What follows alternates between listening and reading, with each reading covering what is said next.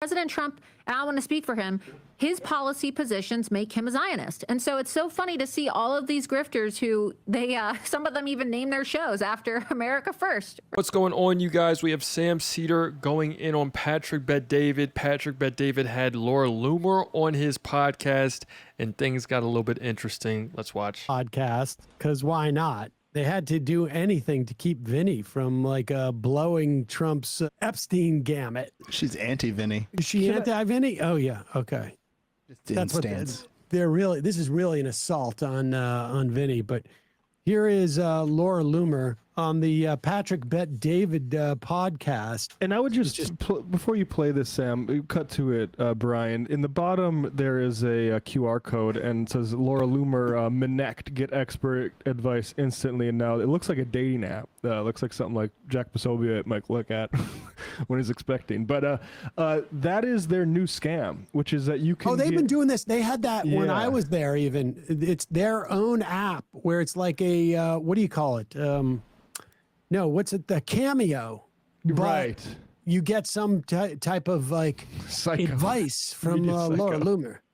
that I'm sure isn't like a chat bot that's trained to talk like Laura Loomer. But anyway, right. I'm also convinced that this is a way for them to just collect people's data, and people should probably read the fine print before signing up for those kinds of things. Probably a nice little subscription charge anyway. But here's Laura Loomer talking about the current state of the right. Was highlighting a few moments ago about how people are trying to pivot professionally and economically and also politically. And now that we're going to see a post-Trump GOP for the first time in, the last 10 years or so, there's going to be a lot of competing interests that are going to try to capitalize the messaging. Is it going to be the MAGA movement? I don't think so. Not that I don't think the MAGA movement can sustain itself, but there really isn't anybody who could be President Trump's successor. Even President Trump himself was asked during an interview a couple of months ago, do you think that JD Vance is your successor? He said no. I don't think there's anybody. And that's no disrespect to JD. I like JD. I had a meeting with him in the White House. You trust him? I don't trust anybody. I don't trust anybody. I trust Trump. And Trump and I have had these conversations before too. Are you Trump asks me all the time, who do you like, Laura? Who do you like? And I say, nobody but you. And he laughs. I mean, I've had this same conversation with Trump several times and he busts up laughing. He thinks it's the funniest thing. But I'm not joking. Are you America first or are you Trump first? I'm America first. But Trump is America. This is what happens whenever everyone loses hope and there is nothing left. People will grab on to the bare minimum. This guy is insane. He's out here. He's best friends with Jeffrey Epstein. He's out here looking like a damn fool every single day. I have family members that are Trump supporters and they're like, sometimes it's hard for me to support him, but in my heart of hearts, I still know that God was the one who chose him. And it's like, oh my gosh, it's just crazy.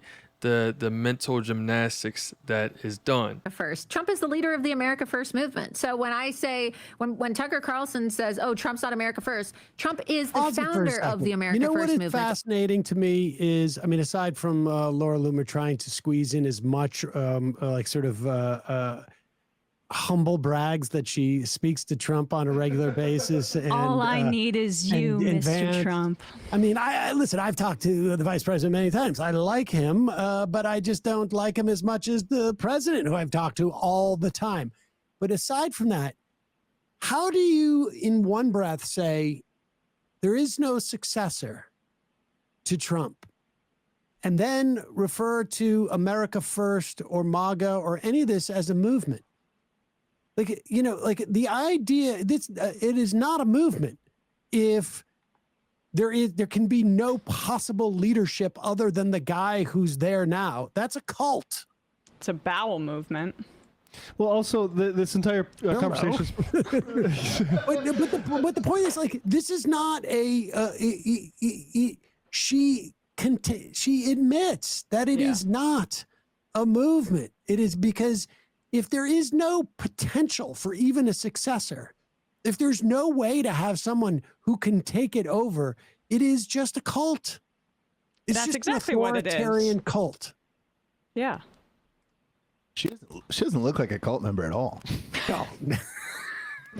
This entire conversation is premised on the idea that Trump invented America first, and that everyone who, well, I'll just play a little bit more, that we can get into that. Like, Trump is America first. Trump is the leader of the America First movement. So when I say, when Tucker Carlson says, oh, Trump's not America first, Trump is the founder of the America First movement. America first is what Trump says it is. He is the founder of the America First movement. And you see that there are competing interests now trying to, redefine what that means, because they want to eliminate MAGA, right? Being pro-Israel is part of the America First platform, whether or not people want to admit it or not. It is. President Trump, and I want to speak for him, his policy positions make him a Zionist. And so it's so funny to see all of these grifters who some of them even name their shows after America First, right? You have people who say that they're America First commentators, and they built their entire political careers. I mean, look, you have Nick Fuentes, for example. His entire show is called America First, right? This is just a recent turn of events, I guess, because no, being pro-Israel does not mean that you're America first.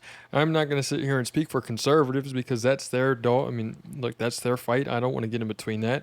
But I mean, again, these conservatives do not care. They have a lot of conservatives that are actually not pro-Israel whatsoever. So it's just really, it's a very interesting type of deal to where Laura Loomer's saying, oh, there's two type of conservatives, but they're both pro-Israel.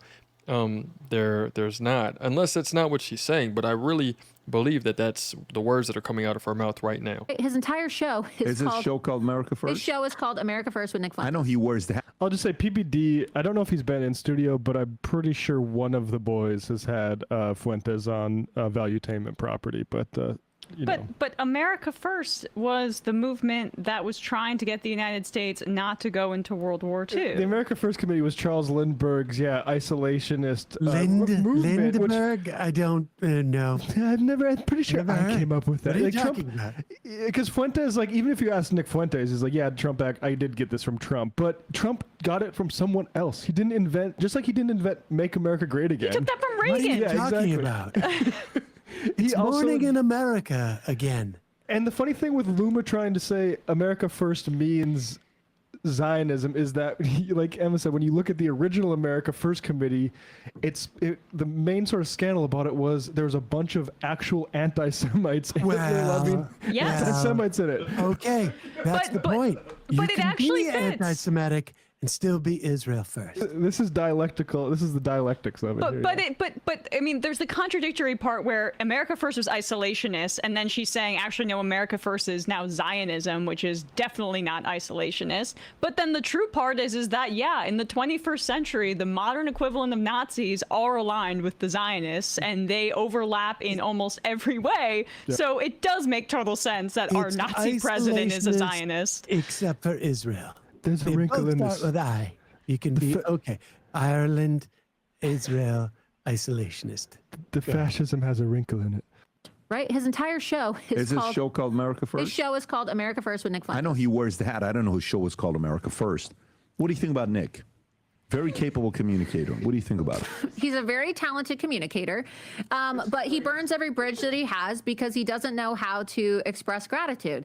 He's probably the biggest ingrate I've ever met. Can you pause this? Yeah. This is the woman that chained herself to Twitter's headquarters because she was banned for saying explicitly anti-Muslim hate speech. And she had a Jewish star on, or talked about how it's I think she was wearing a yellow armband for a while. Right, a yellow armband, basically saying that this was equivalent to Nazi Germany, what happened here. And she's now just saying that, holding her punches back on Nick Fuentes, who is an explicit He's an ingrate. Nazi. That's the biggest problem with him. It's Hitler apologist. So there we have it, you guys. We have Sam Seder and Emma Vigeland torching Laura Loomer, torching Patrick Bet-David. Someone needs to get involved and needs to tell these people to stop talking. The more that they're talking, the worse it is, the worse that they look, that eventually they're going to have to look at the content that they've made and see how cringy it is.